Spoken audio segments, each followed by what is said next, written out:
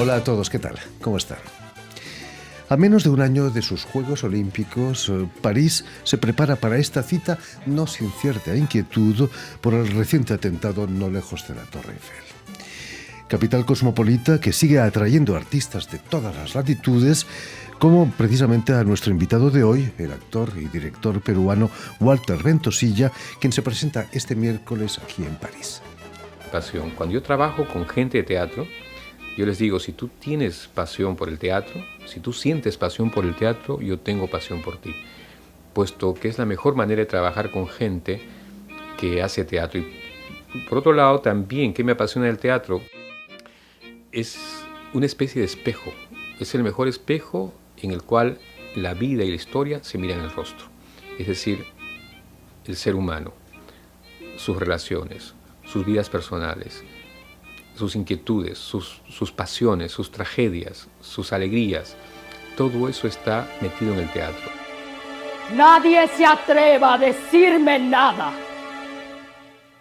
¡Nadie! Muy buenas tardes, Walter Ventosilla. Hola, ¿cómo estás? Bienvenido a Radio Francia Internacional. Muchísimas gracias, Jordi. Has venido maravillosamente acompañado por la cantante Milagros Albrecht. Te damos también la bienvenida, Milagros. Gracias. Walter, ¿sí? Se necesita una gran dosis de pasión, ¿no?, para poder trabajar en el teatro. Es un oficio muy duro el de actor. Sí, es sumamente duro. Yo creo que en líneas generales es el de un artista. En el caso de un actor, sobre todo porque no trabaja solo. Un actor trabaja con equipos de personas, ¿no? Un pintor, un artista plástico trabaja solo, ¿no? Un escultor trabaja solo. Pero los que trabajamos con otras personas, además de sentir o debemos de sentir pasión, tenemos que confrontarnos con la pasión de los otros. Y a veces no se equiparan las pasiones, pero es un trabajo muy sacrificado. Como en toda actividad profesional, no basta con hacer una buena función, ¿no? Hay que tener una cierta regularidad. Eso es lo más difícil, ¿no? Claro, sí, porque esto no es, en este caso no es cine, digamos, ¿no? Entonces el teatro es vivo. Entonces, hoy día han pasado muchas cosas en tu vida y tienes una función en la tarde. Mañana es otro día, otras circunstancias, otro momento. Hasta el clima determina tu estado emocional. Es un trabajo en el actor tiene que reencontrarse todos los días consigo mismo y además con un personaje. Me contabas que empiezas muy joven, con solo 13 años, a hacer teatro, ¿no? Sí, yo empecé con 13 años, que llevo a un grupo que se llamó Llego Teatro Comprometido, uno de los grupos de teatro pilares del teatro contemporáneo peruano, y se llamaba Llego porque era la conjunción de Yeye y Gogó de los años 60. Claro, sí, por eso se llamó Llego. Era un teatro juvenil. Pero antes de ese grupo ya habías hecho teatro en la escuela, ¿no? Me contaste una anécdota sí, una anécdota que te conté así muy rápida, que un compañero, el que me llevó después a Llego, creó un pequeño grupo de teatro y se hace una obra por el Día de la Madre. Entonces, el día en que se repartían los papeles, yo no fui por alguna razón que ya no recuerdo.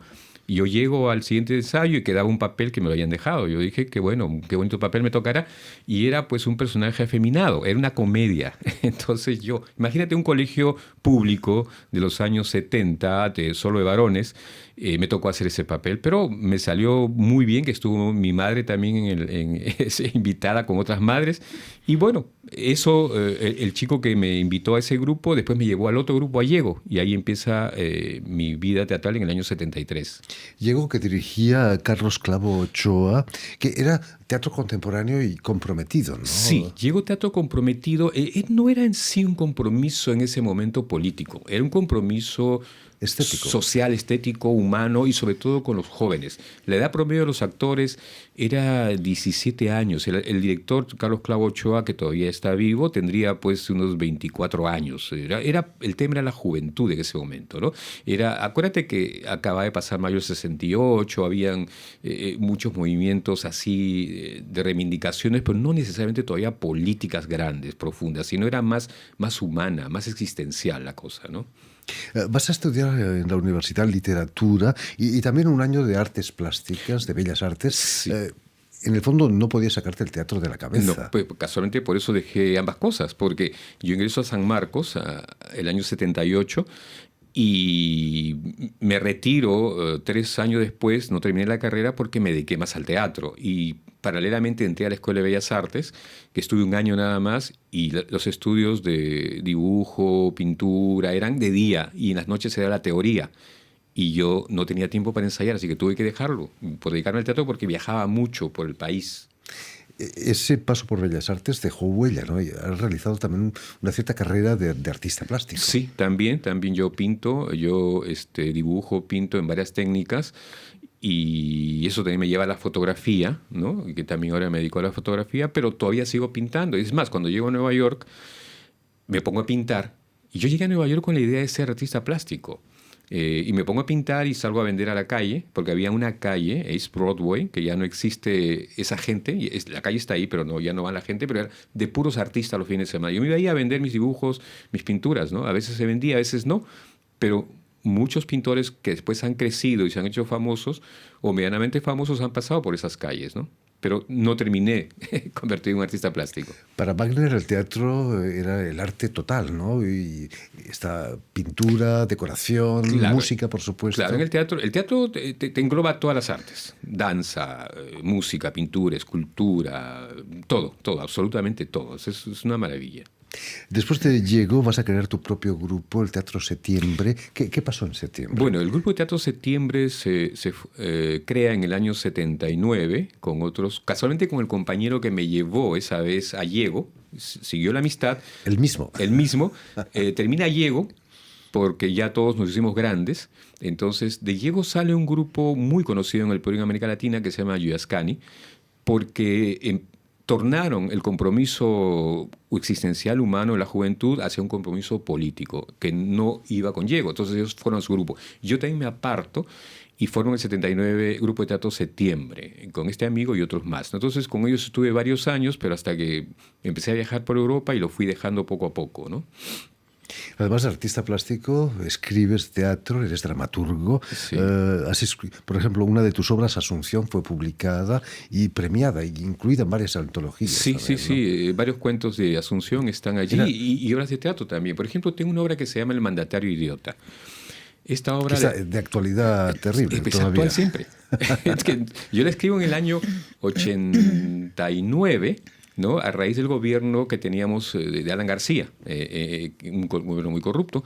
Y luego la reescribo siempre, la estreno en Nueva York, ya viviendo, y se lleva pues grandes premios. Y acaban de pedirme los derechos para hacerla en Uruguay. Y sucede que de pronto un día en Nueva York me escribe, no me acuerdo el nombre del señor, pero él era el director de la Academia Norteamericana de la Lengua Española. Y me dice, ¿tú eres Walter Ventosilla, el padre? Porque pensaban que mi padre era el dramaturgo. No, yo soy. Me dice, mira, te mando un recorte, un extracto pequeño del mandatario idiota, un diálogo, lo han sacado, la Real Academia Española lo ha extraído han sacado un libro sobre la nueva gramática española y te han incluido a ti y a muchos autores latinoamericanos. Bueno, pues me alegró, estaba Vargas Llosa, estaba Rulfo, estaba Cortázar y estaban otros contemporáneos. Igual te Ventosilla. Sacaron extractos de obras para poder explicar un poco cómo el castellano había cambiado, ¿no? En el paso del tiempo, cómo se usaba ahora el castellano. ¿Sí? En los años 90, antes de ir a Nueva York, vas a venir a Francia, donde vas a continuar tu actividad teatral. Seguro que conociste a Antonio Díaz Florian. Claro, del Épée de Bois, de la Cartoucherie. La espada de madera, que también existe fuera de París. Claro, lo conocí. Él es arequipeño, de una zona del Perú que se llama Arequipa. ¿Cómo fue esa experiencia parisina? Bueno, yo llegué a fines de los 80 con la idea de quedarme aquí, ¿no? Yo dije, voy a cruzar el charco y a ver qué pasa. Porque París siempre fue el mito, ¿no? El mito, ir a París. Tantos artistas han pasado por París, músicos, pintores, escritores, ¿no? Entonces dije, me voy a París. Entonces llego y me reciben unos amigos, bueno, y lo curioso es que a mí me dicen, bueno, ¿te quieres quedar aquí? Pues asílate. ¿No? Mira, vamos, te llevo a la oficina de asilo, haces tu colita y le cuentas una historia y di que eres perseguido, que esto. Entonces yo dije, bueno. Entonces fui, hice mi cola, mi línea, y me entrevista una chica en español y le cuento una historia, como buen escritor y narrador, le cuento una historia fatal mía de perseguido, ¿no? Como era de San Marcos, una universidad Para de un izquierda. actor como tú no debía ser difícil, Sí. ¿no? Y me da un documento, me da un papel y me dice, firma, vente para acá en más o menos tantos días y lo aprobamos. Creo que lo podemos aprobar. Eran los años fines 80, era más fácil que ahora, supongo. Y entonces te vamos a dar un pasaporte así, blanco y qué sé yo, pero el tuyo nos lo entregas, vas a tener seguro, asilado. Y yo me regresé con mi amigo, lo pensé muy bien, nunca más regresé. Dije, no, yo no me hago, dije, no, yo no me hago asilado porque nunca voy a regresar a mi país, creo todavía, y no me siento bien, ¿no? O sea, mintiendo de esa manera. No hubieras podido volver a Perú. No hubiera podido volver a Perú hasta que no me hiciera ciudadano, ¿no? Entonces ahí es que conozco al Centro Cultural Peruano, ¿no? Que recién se había formado hace 2 años, más o menos era un centro joven.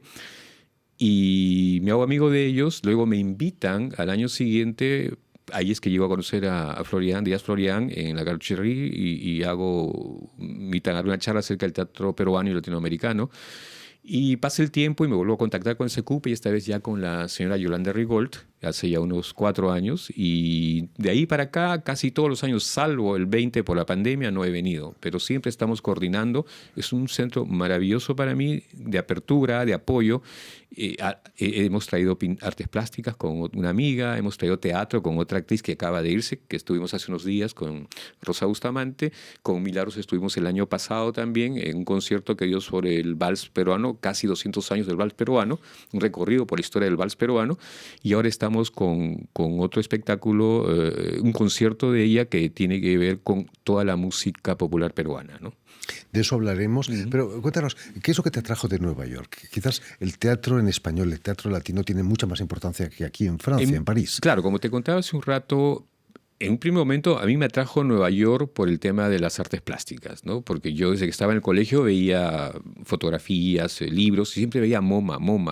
Esta pintura en MoMA, esta otra pintura en MoMA. O sea, tengo que conocer el MoMA, entonces el Museo de Arte Moderno. Por supuesto. Y llego a Nueva York y bueno, como te dije, estaba pintando, qué sé yo, pero luego, de pura casualidad, porque presento un libro que escribo en ese momento, y me conozco con gente de Yati, Teatro Yati, entonces que ya tenían años, más de 40 años en Nueva York, ¿no? Entonces me dice uno de ellos, el codirector, me dice, oye, he visto que tú eres de teatro, ¿no te gustaría hacer talleres?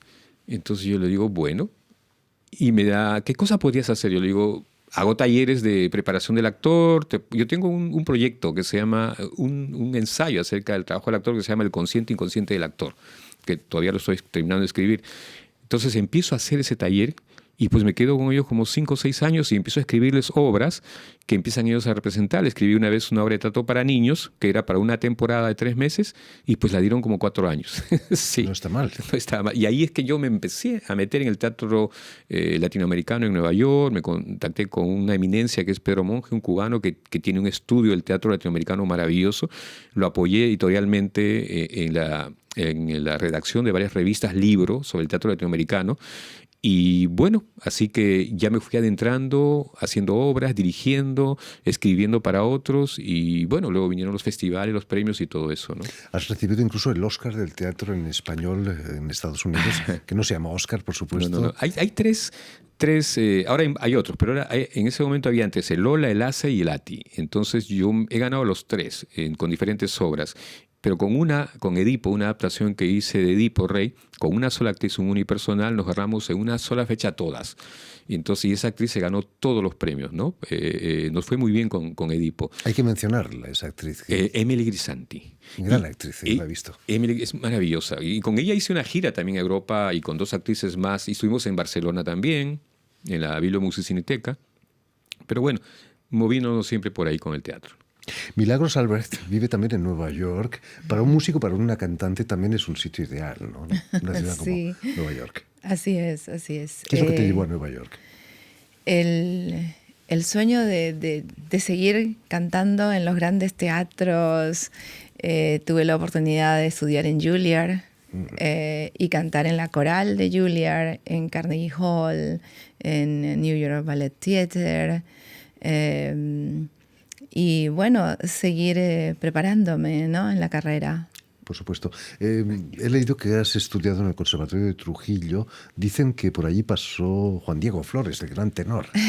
Nuestro gran tenor peruano. Sí, así es. Él pasó por ahí, quizá de visita, ¿no? Tuve la oportunidad de estar con él, compartir con él los días que entregó el arte cuando recién empezaba y antes de dar el gran paso, el salto a la fama, ¿no? Por supuesto. Tuvimos la suerte de tenerlo aquí con nosotros. Qué orgullo. Finalmente, el trabajo de cantante no está lejos del trabajo del actor también, ¿no? Así es. Una responsabilidad increíble, ¿no? Sí, como lo decía Walter, la música y el teatro están unidas, ¿no? Volviendo a la presentación de este miércoles, La Maison de l'Amérique Latina, nos proponéis un viaje por la música peruana. ¿Cuáles van a ser las paradas de ese viaje, Walter? Bueno, sí, bueno, la música peruana es vastísima, ¿no? Entonces, hemos escogido algunos temas del norte, de la zona norte del Perú, de Lima, valses, por ejemplo. El norte son marineras y tonderos. De la zona sur, Tacna, por ejemplo, tenemos una polca muy famosa, y tenemos la zona andina sur de Huancavelica, de Andahuaylas, temas que recopiló un gran escritor nuestro, José María Arguedas también. Tenemos también de la selva, tenemos un tema que se llama La Contamanina. Entonces es un recorrido por la música peruana, con sus diferentes ritmos, ¿no? que canta Milagros, y Milagros canta incluso en quechua, ¿no? Quechua, los temas que rescató José María Arguedas, por ejemplo, ¿no? Son tan diferentes las tres músicas peruanas, la costa, la montaña y la selva. Sí, obviamente, ¿no? Incluso usan diferentes instrumentos para ser ejecutados, ¿no? El norte tiene la marinera y el tondero, que se parece un poco a nivel de baile. Tienes los valses, ¿no? Tienes la marinera... en Lima también hay marinera la limeña, que es diferente a la marinera norteña, y en la zona andina se usan otros instrumentos para los huaynos, ¿no? Imagino que en la presentación vas a hacer comentarios, vas a hacer una especie de conferencia casi, ¿no? Bueno, en realidad es a diferencia de la que hicimos el año pasado, que con Milagros conversábamos con el público, preparé un guión, ¿no? Respecto a la historia del vals peruano a través de sus más representativos compositores. Salíamos ella y yo a hablar también con el público y luego cantaba Milagros, pero esta vez vamos a trabajar con vídeo, ¿no? Entonces yo he preparado unos videos de más o menos entre tema y tema, de 1 minuto y 20, 1 minuto 30, que prepara el terreno para que ella cante. Pero es una información que ubica al espectador en el tema y en la región de donde proviene, ¿no? Imagino, Milagros, que escuchando esta música o cantando esta música en Nueva York, uno debe sentir mucha más nostalgia, ¿no? Sentirla mucho más hondo. Sí, parece mentira, yo creo que a todos nos ha pasado cuando salimos de nuestro terruño, que añoramos más las cosas de nuestra patria, y es ahí que uno valora mucho más, ¿no? Que cuando estás en el propio terreno. Y sí, eso es lo que me ha pasado, y motivada también gracias a Walter para hacer esta presentación, ¿no? Acerca del Perú, sus diferentes regiones y los diferentes ritmos y canciones que se presentarán el día de mañana. En fin, pues ya lo saben, si tienen la suerte de estar aquí en París este miércoles, no se pierdan el concierto en la Casa de América Latina, la Maison de l'Amérique Latina, aquí en París, de Walter Mentosilla y Milagros Albert, a través de la música peruana. Muchísimas gracias a ambos por haber estado aquí con nosotros. Permitidme también que dé las gracias a Suel Kedir y a Mathieu Leroy, quienes se han ocupado hoy de la realización del programa, y también saludar a nuestros telespectadores que nos siguen sin duda en Trujillo o en Lima, gracias a la cadena Unión Continental Latinoamericana, que es la cadena de la OEA, la Organización de Estados Americanos, y una red de televisoras que se llama TAL, que reúne televisoras públicas y universitarias de toda América Latina. No, y gracias a ti por la invitación, por este momento tan agradable que hemos tenido contigo conversando, y muy amical. Eso no parece un set de radio o de televisión, eso parece la sala de tu casa y conversando amigablemente. Están ustedes en su casa. Muchas gracias. Y a ustedes, muchísimas gracias también por su atención, y les damos cita para una nueva edición de El Invitado de Radio Francia Internacional.